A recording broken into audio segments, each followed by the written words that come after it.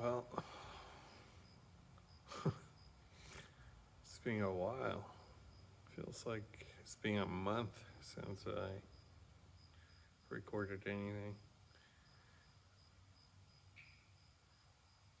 It's been a busy time.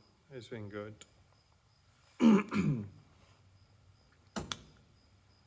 Today is Friday night, July 1st. The Bobcat lost reverse. So, messed around with it, but looks like it's under warranty, so, let that work out for me.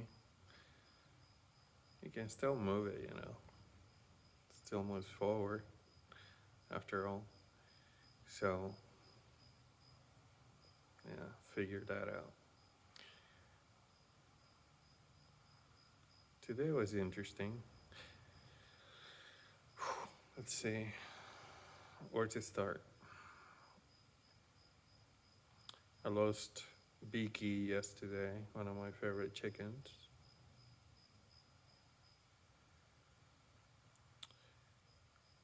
Um, I don't know, some kind of respiratory whatever. Doesn't matter. I mean, with chickens, it's rarely known what's what happens to them. So today, in the morning, I lost one of my ducks. Hmm.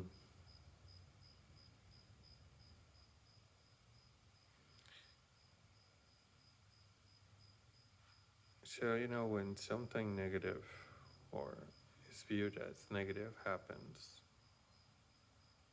I usually go and find a counterbalance to it. So when my duck died, I bury her, and then there was this crane in Sebastopol that I was interested in, and so I thought, I'll go take a look at it and see if I want to purchase it because I could use it obviously here at the ranch. Let's see if it's here in 20 years, right? It'll be interesting to watch and see what's still available in 20 years here at the ranch. We kind of need to look back. Yeah, working on a ranch it's not for the weak, definitely. Nobody's weak, obviously, but you know, selecting and choosing to be strong every moment takes quite a bit of energy. So anyway, so I was on my way to pick up or look at the crane. I didn't make up my mind whether I was gonna buy it or not. Usually I do. So on the way out there, I come across this hill. You're in the back roads. I was approaching from the south to the north, so towards Sebastopol. And I shit you not, there's this old, not old, I guess I didn't know he was an old guy. I just knew he was a bicyclist on the side of the road, on the ground, his head down, and the opposite side of me. Obviously, I was going north, he was coming south. I could tell he was a male, but that was about it. And there were other people ahead of him, and they were climbing this hill. And so I honked, trying to get the attention of the other folks, but they might have thought that I was just telling them to go fuck off because obviously road bikes get a lot of flack out there, right? They interrupt the flow of traffic, blah blah blah. Neither nor here nor there, or at least that's what I figured. So what did I do? I stopped my truck and I walked over to this person slow is fast, fast is slow. And well, surprisingly, it was an older person. Uh, and he put his head up and he was awake. I mean, he was conscious. So that was good because yeah, I can get bad real quick. So got I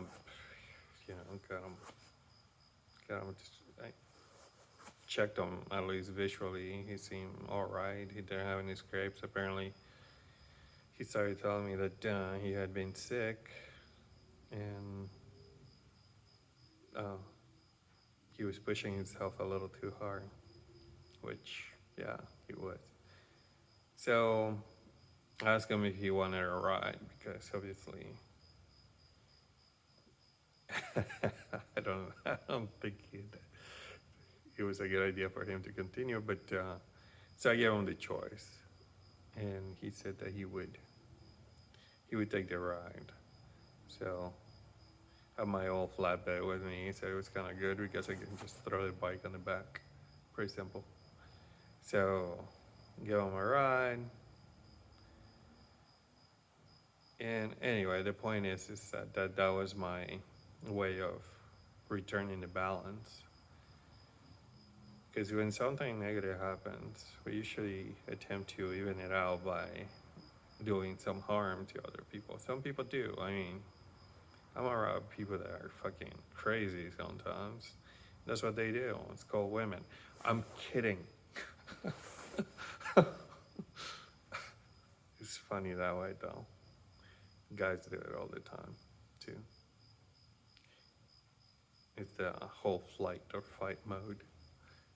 I think at least that's how I understand it. That every time we get in that tunnel vision, we get into so much trouble just for no reason. But we, instead of looking at it and figuring out how are we going to improve on it, we don't even know why we're doing what we're doing. That's the interesting part, right? So for me, I notice that if I get negative, especially after so many hits, right? Every day is one little thing, it starts piling up. And even if you're balancing everything out, it catches up with you. It wears you out. So the best way for me is to go and dilute it. Go out there, embrace the fact that I'm feeling the way I'm feeling. You know, that I know that it could really come out the wrong way if I allow it. But I don't have to allow it because who am I, right? That's the question that comes to mind. Who do I want to be? I always visualize that person that I want to be. And he helps. Especially here at the ranch. He always, if you want to be successful in a ranch setting, or any setting, business or otherwise, but family, visualize who you want to be, not who you were, and visualize how you're gonna get there. Because it doesn't matter what anybody else does. What matters is what we do, right? We as individuals. It's not about going, you. No. Accusing somebody else it doesn't work too well. So, yeah. Fight or flight. Remember that doesn't work. We live in a very safe environment. Especially here at the ranch, it's very peaceful. There's no need whatsoever to use a fight or flight response most of the time.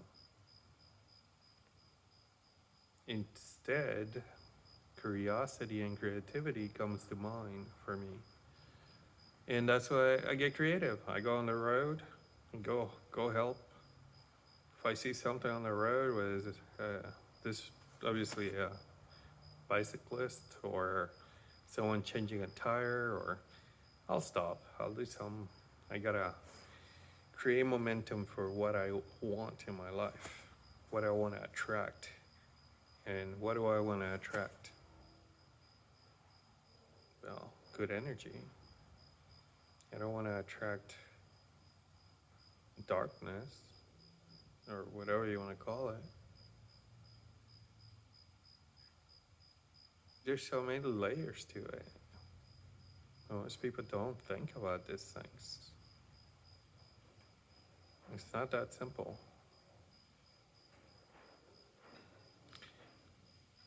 So yeah, it's a matter of what you want to be.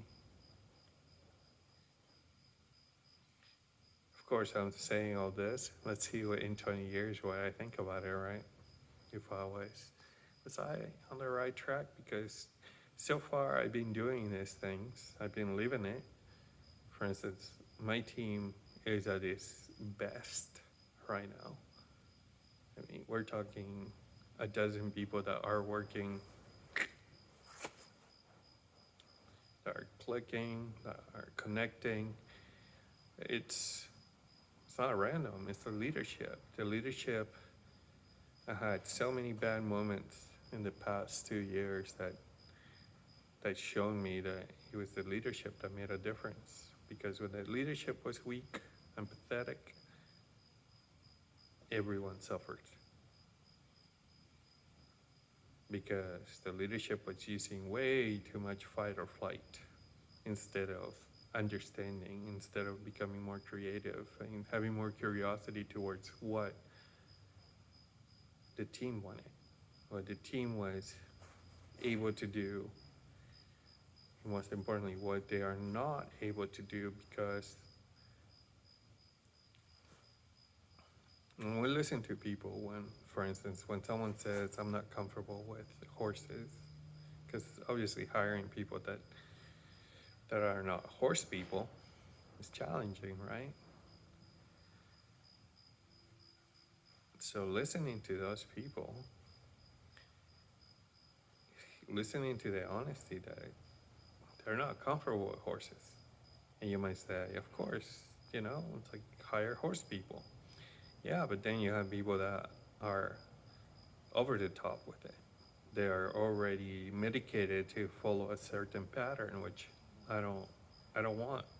My horses are in a medical facility. When we go see horses on a medical setting, it's not about making them do things or any of that. It has to do with communication. So with the human, it starts with the human, right? So if I communicate well with another person here at the ranch, things flow.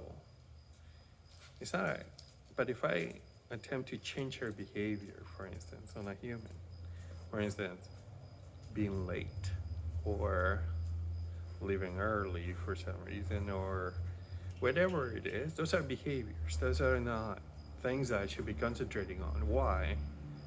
Because everybody else does. Because whatever reason, the point is that it doesn't matter. Behaviors don't matter. Communication does. Because what does communication do? Communication binds you to others. Communication is a joiner, right? Obviously, my other hand is busy. But you get the idea, right? So, well, let's go like this, right? whatever, you get the idea. Communication is the key. So what's the next step when we're talking about communication? Is talking about listening. What do your people want? What do your people need? Housing. No. Those are items. Comfort, safety, right? Those two are strong. So communication, comfort, safety. Once you develop that, those two items, people start looking at the world differently. I had this guy that was working for me for a little bit 3 years ago, I don't know, 2 years ago. He said something. He was big into homeless people. I won't tell you what he did for me because he turned around and put me in the light of a. I guess I'd tell you. I guess he made it seem like I was some kind of racist. That's what he said to somebody else. Yeah, which, fuck, maybe I am. You know, are we not all hypocrites? Are we not all racist? Who knows? We're humans. So anyway, not here, not there. Let's not get distracted, right? The point here is that during one of his times when I was listening to him talk about homeless people, he was very passionate about it, and I think I wanted to encourage that because he's helping others. He said, I think he said that safety and comfort were a big deal for homeless, which kind of makes sense, right? And so, to me, that makes sense here at the ranch. Safety, comfort, giving the basics to the people so that on my team so that they can start thinking on their own. Not that they don't. All I'm saying is taking initiative, taking more chances, not thinking that they are gonna be, you know, whatever that means, put down. So once you start doing that, everyone around you will start growing. You'll start getting better. I see it. I see it in their eyes, in their emotions, in everything they do. Everyone seems to be happier. But what's the cost, right? Is that you get to eat last. You get to be last. The beating that you take every day is worth it because you're not being more impulsive, reactionary. You're allowing them to tell you what they want, and you're following that trend.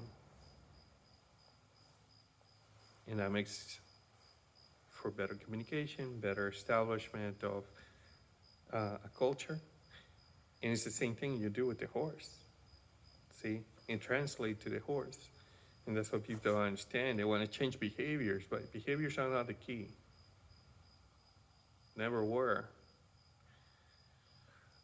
Behaviors are a distraction.